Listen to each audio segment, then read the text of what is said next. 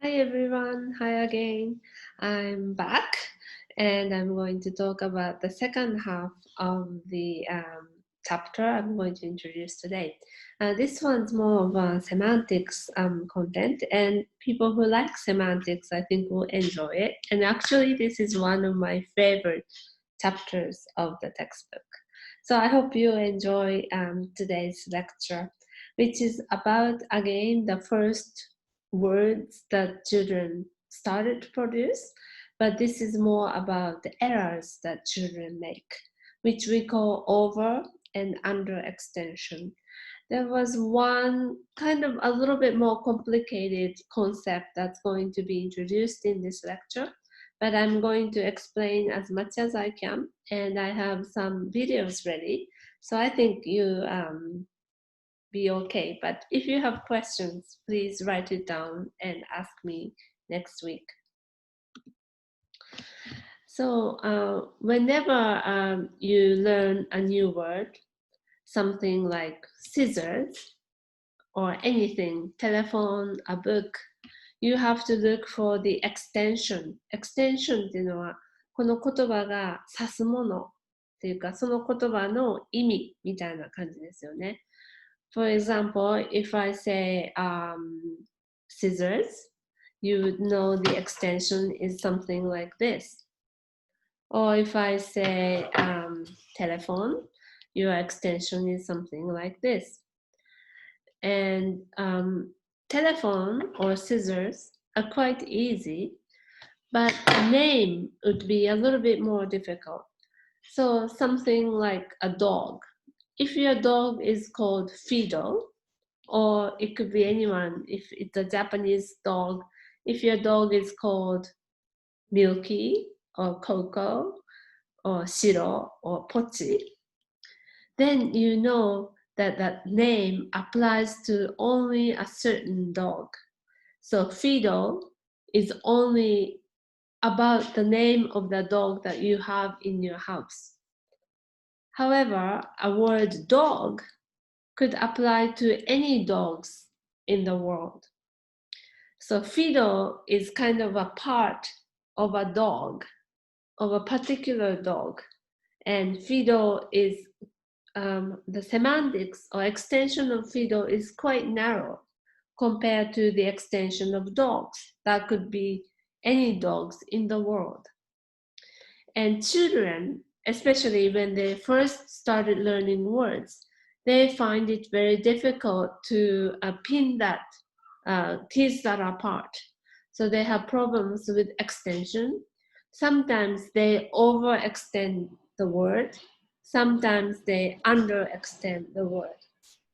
So let me talk to you about the examples and what that means. So here, the slide says that children make two kinds of errors, overextension and underextension. So overextension is extending the word beyond its range.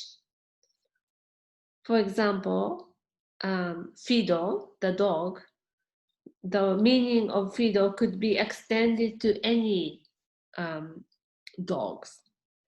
よくあるんですけど、例えば子供さんがいて、お家にペットがいたとします。そのペットの名前がココちゃんだったとします。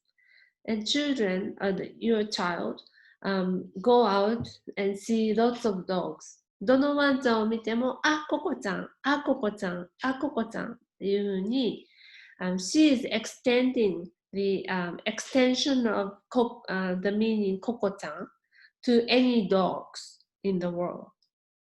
あるいは the same thing happens to a word like papa. Children at first think that papa could mean any man. So you go out, take a train, there's a papa, papa, papa, papa. There are lots of papas in the train. So it's not just for your own father, but anything else, any man in the world could be called papa. Maybe you've seen mistakes like that in your, with your nieces or cousins.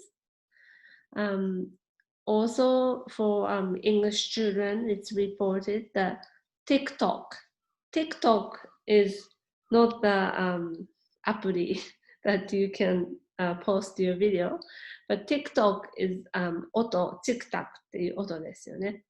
And usually TikTok is a clock. It refers to a clock. 時計、チクタクっていうのは時計なんだけど、children sometimes use the word TikTok for any machines that make noise. 何でも機械みたいなのがあったら、チクタクだっていうふうに言っちゃうこととか、a fly, that's ハエ。But they use the word fly for any insects, any small insects. Even when the child sees an ant or ladybird or kamemushi, they might say, oh, here's a fly, another fly, there's a fly.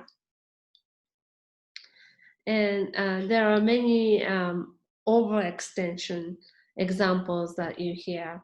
And that's quite a common mistake that children make. On the other hand, they also make opposite error, which is called underextension. So underextension is shrinking the meaning of particular word. There is a good example I'm going to show in the next video. So now let's maybe move to the video. Sean, again, this is my son. When he was, I think, about 3, he made an underextension error. And he didn't understand the meaning of a word person. 人っていう person っていう意味が、ちょっと取り違えをしていたみたいで、his semantics of person was much narrower than the usual meaning of person. で、パーソンは普通は人、男の人でも女の人でも子供でも人を指す割と広い human beings みたいな広い意味なんですけど、ショーンが間違ってその person の意味を、もっと狭めてしまっているのがあって、それをちょっとお見せしたいと思います。ちょっとビデオに移る前にみんなこのオーバーエクステンションとかアンダーエクステンションが何で起こるかっていうふうに考えていらっしゃるかもしれません。でそれはchildren exposed to a very limited environment. So children don't really go out and see the world. They are quite limited in their habitat. They live in their house, and sometimes they go to a kindergarten, but their world is quite small. That's why the meaning they get from words are also a little bit distorted. And as they go out in the world, as they see more people, they understand that not all men are called Papa, and not all dogs are called Coco or Fido. で、そういう経験値が広がることによって意味のカテゴリーもまた子供の中で大人のようなカテゴリーに近づくんですけれども、初めのうちはそういうふうに制限が生活の環境とかにも制限があるし、そういう理由から意味的なものに、間違いが起こることがあります。で、英語でも時々私たちが英語第二言語習得者として英語を習っても、そういうような間違いをすることがあるかもしれないですよね。後で、それってそういうふうに呼ぶんじゃないよって言われて、これはこういう呼び方だったらダメなんだっていうふうに気づくことがあるかもしれません。なので、こういうエラーは First Language Acquisition でも Second Language Acquisition でも見られるエラーになります。じゃあちょっとアンダーエクステンションのところに戻って、ショーンの動画を見てみてください。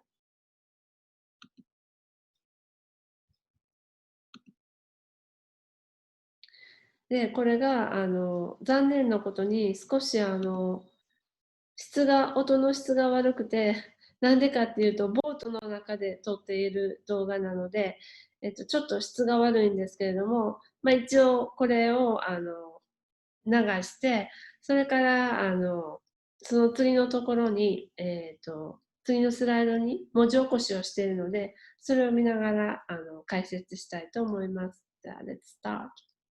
Know about It's okay, go ahead. what's let me see. Is mommy a person? Am I a person? Is Margin a person? Is baby Julian a person? Is Sonia a person? Is Matthew Williams a person? Is Matthew Williams' mum a person? Is Matthew Williams' dad a person? How about the Spider-Man? Is Spider-Man a person? Abby.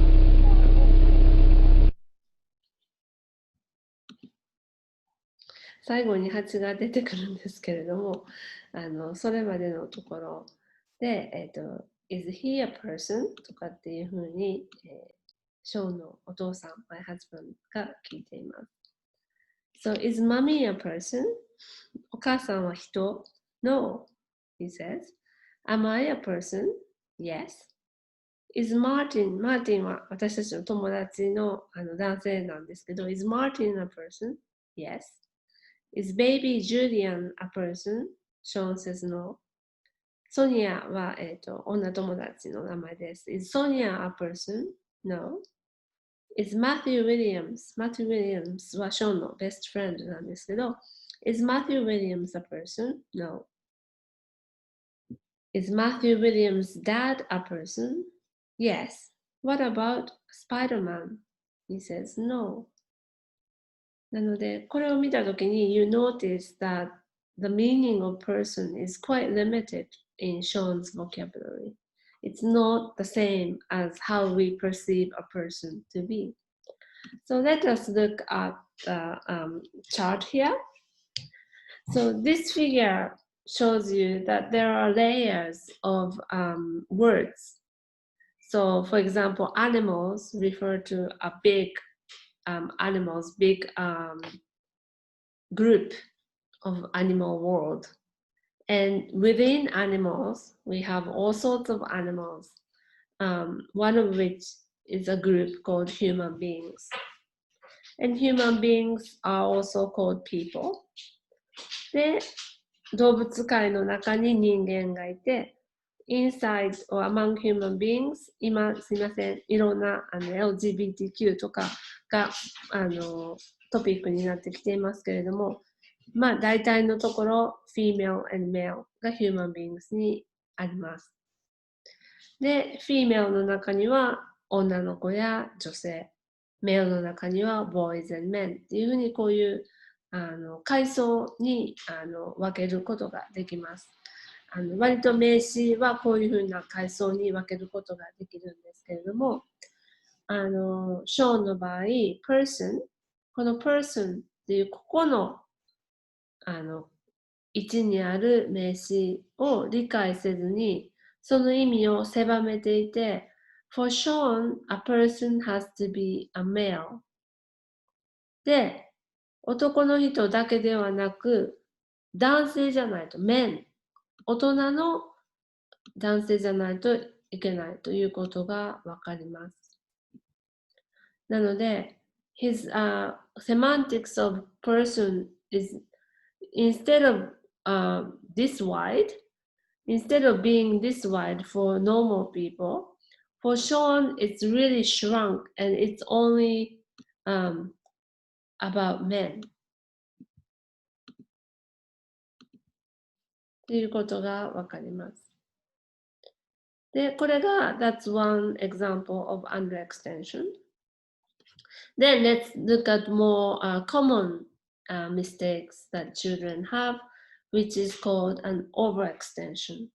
これは意味を広げてしまう方のmistakes になります。And it says here, overextension is much more common than underextension. And here is an example of a child who insists that oranges are apples. So let's take a look at his video.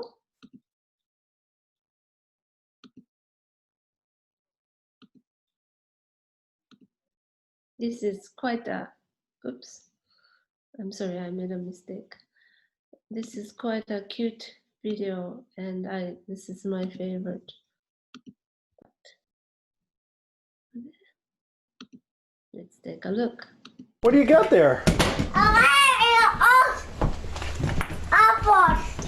Apple. Hey, Sebastian, what's this? What is this? Apple. It's not an apple, it's an orange. What is it? Apple. It's not an apple, it's an orange. Apple. Apple, you sure? Oh, it's an orange. Apple. Orange. Apple. It's not an It's an apple. orange. Silly baby. Apple. Apple? Are you sure? Apple. No, apple. Oh, maybe you're talking about a real This is apple. an apple. That's an apple. Apple. That's an apple. And what's this? Apple. This is an orange. Apple. Orange. This is an apple. Apple. That's an apple. Apple. This is a quoi? Apple. No! Orange. Oh, there you go. Orange. There you go. Orange. Good. I hope you liked the video. So this boy, Sebastian, seems to have a problem with the extension of a word apple. And now let's go back to the slide.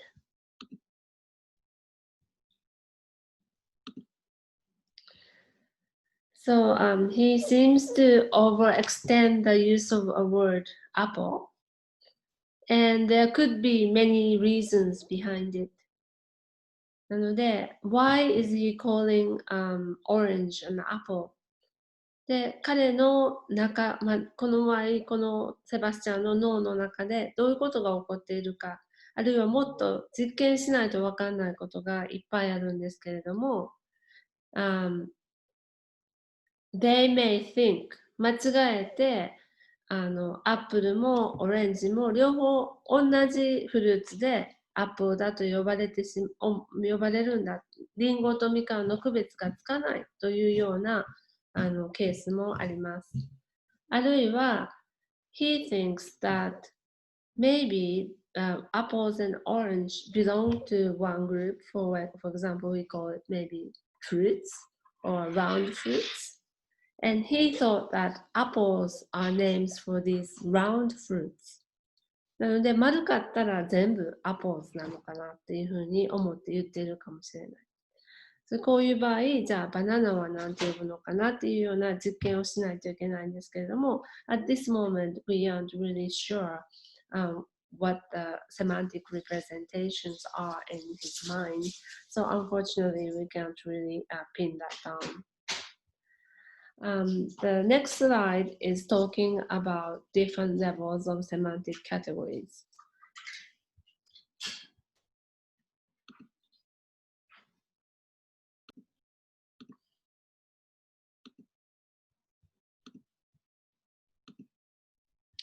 So here it shows levels of semantic categories. And it's similar to the slide I've shown you before. And there are different levels in noun categories. For example, the basic level is something we are more used to, or basic level, something like dogs belong to this basic level, or cats. But animals would be superordinate level, so one layer up. And within, underneath the basic level, we have a level called subordinate level. So it would be more specific, or it denotes particular subsets of basic level members. So for example, a basic level word dog, we have a subordinate level words such as chihuahua, a retriever, poodle, beagles などという感じになります。And so this is more of an example. So subordinate level animal has a basic level word dog or cat or squirrel or pandas, bears. And then within a dog, we have a subordinate level like retriever, Great Dane, Chihuahua. And what's important here is that children start learning basic level words first. So if there is a bird, a word bird, a basic level bird, before they learn a vocabulary such as ostrich, robin, or penguin, they first learn a word bird, and then later they learn a word like ostrich, robin, or penguin. They first learn a word dog, or maybe sometimes the name like Fido, but then after that, maybe many years after that, they pick up a word like Chihuahua, Poodle, Great Dane. なので子供はまずベーシックレベルの単語からピックアップし始めて、それがボキャブラリーに入って、でその数年後になってやっとサブオーディネート、あるいはスーパーオーディネートの語彙が入ってくるというふうに言われます。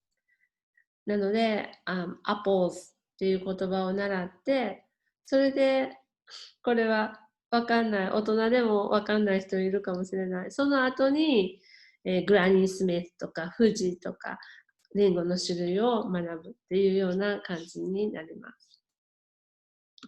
で、もう一つ、there's another theory I want to introduce, which is called prototype theory. So what it means is that there are some prototype for a word, like a bird, prototypical word, 典型的な代表物みたいな感じですね。例えば、bird って聞いたときに、for Saxton in the textbook, he's a British guy. So he says robin. Robin is the basic prototypical bird for him. Robin is a bird that has a red neck. でそういう、なんていう名前だったっけな、コマドリやったかもしれないですけど、イギリス人にとってロビンが典型的な鳥であって、そういうようなものからまず子供は習うっていう感じになります。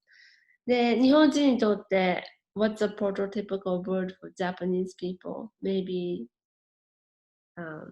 sparrow, スズメ, or pigeon, 鳩? So these prototypical birds, here it says robins are good birds.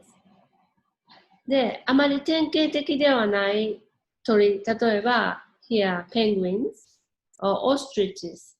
ペンギンやダチョウはあまり典型的ではない鳥になります。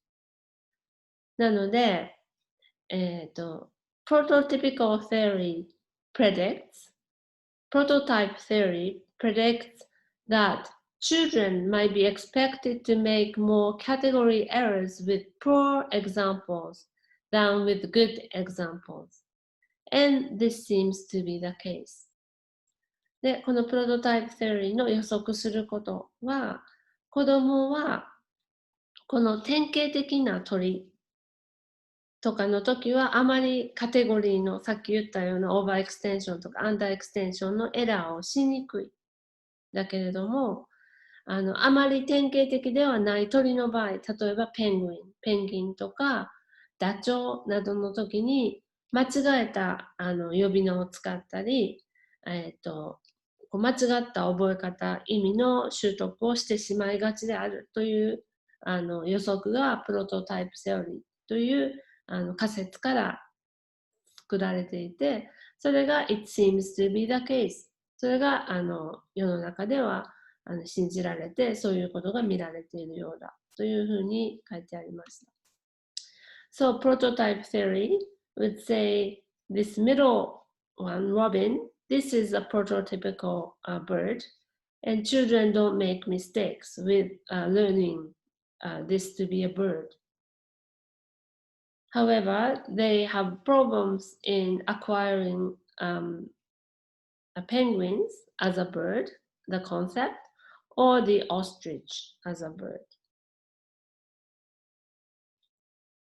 And that's maybe it's similar to adults as well. So children have less problems with acquiring bird to be a concept to like this typical bird. However, they aren't really sure about atypical birds.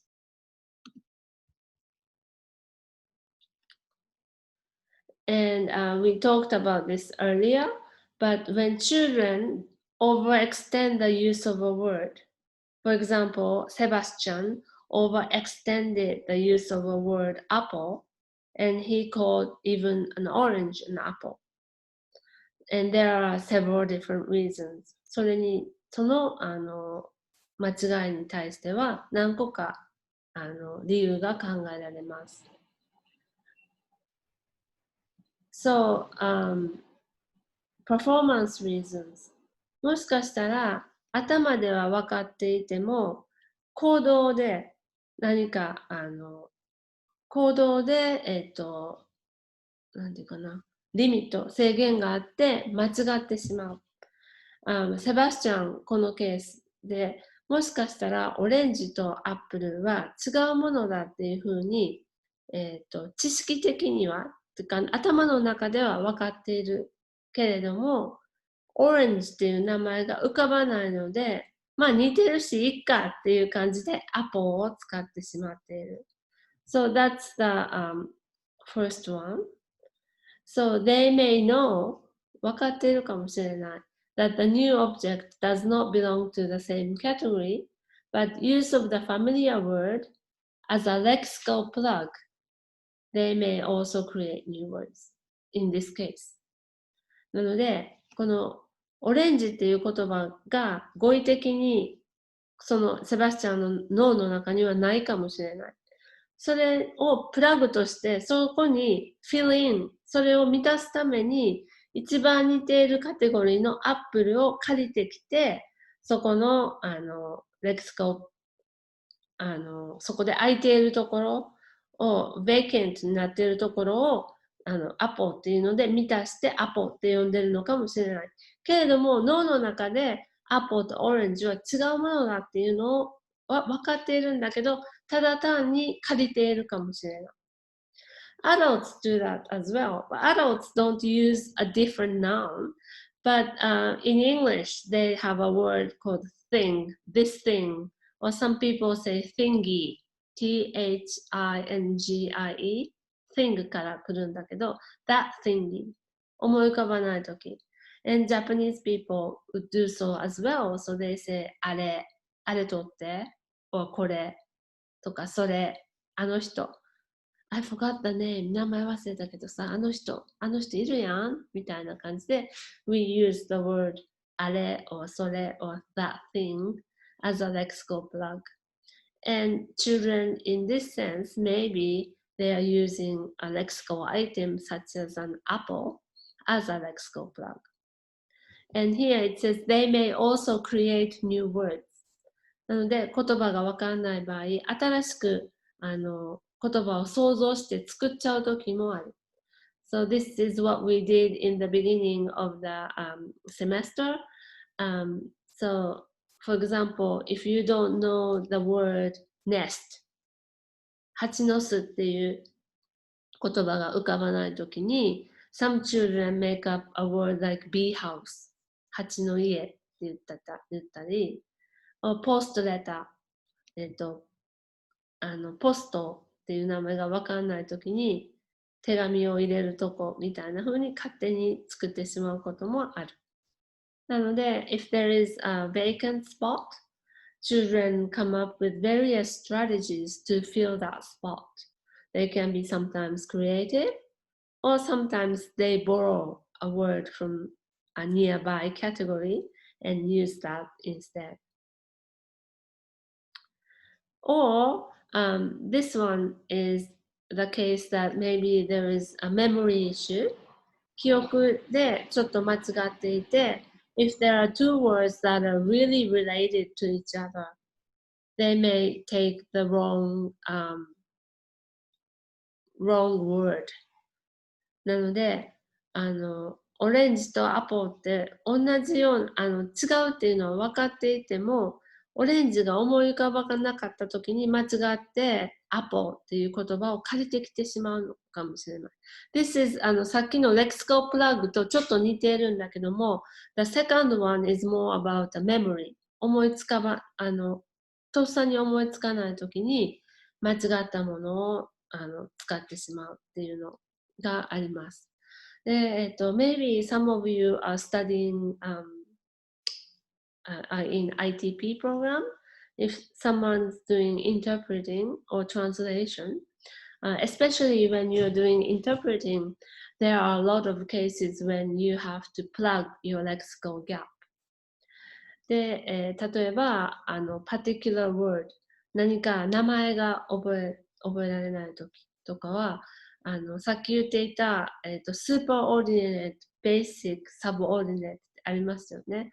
例えば、チワワっていう言葉が浮かばない場合、あるいは、チワワっていう英語で出て、その日本語がわからない場合とか、そういう場合は、その1個上のレベルの言葉を使ったらいいっていうふうに先生に習うんですよね。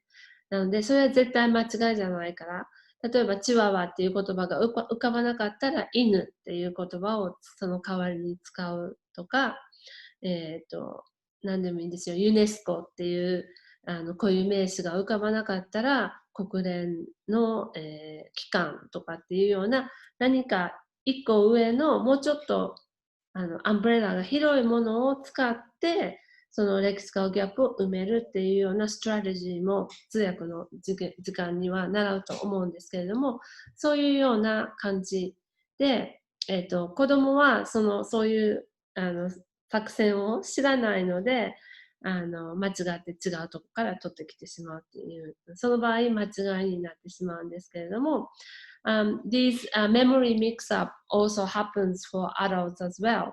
で、例えば、when you can't think of a particular word like, I don't know, USB stick, people say, make a mistake and say, I don't know, some disk, or they try to look for something related and they try to pull that out of your memory.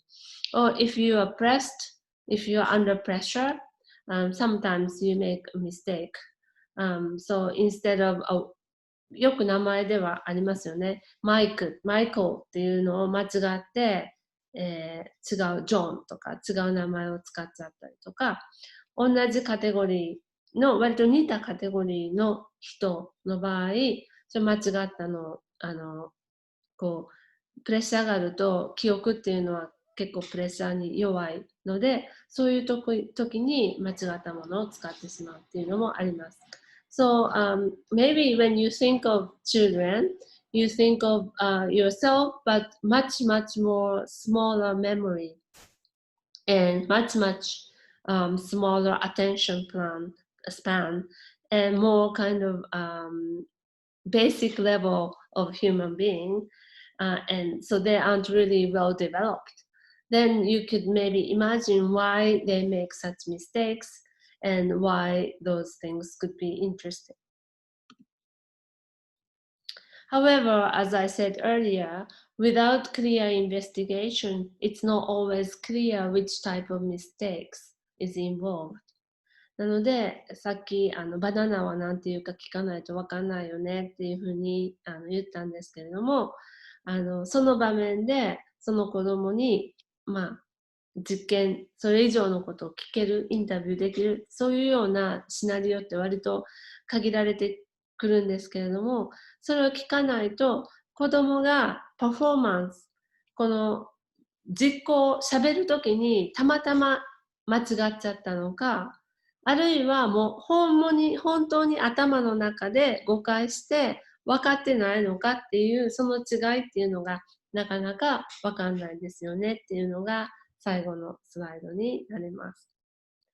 So this was quite a longer set of lecture, but I hope you understood what kind of mistakes children make, what extensions are, what are overextension and underextension errors are.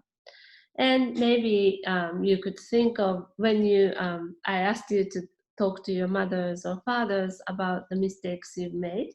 If your parents have already told you, oh, Yuka-chan, you used to make mistake like this, could you start thinking about whether that could be explained in terms of a semantics error or a phonological error that I've discussed in the previous video.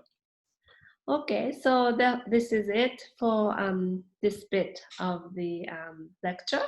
Thank you for listening, and I'll see you next week.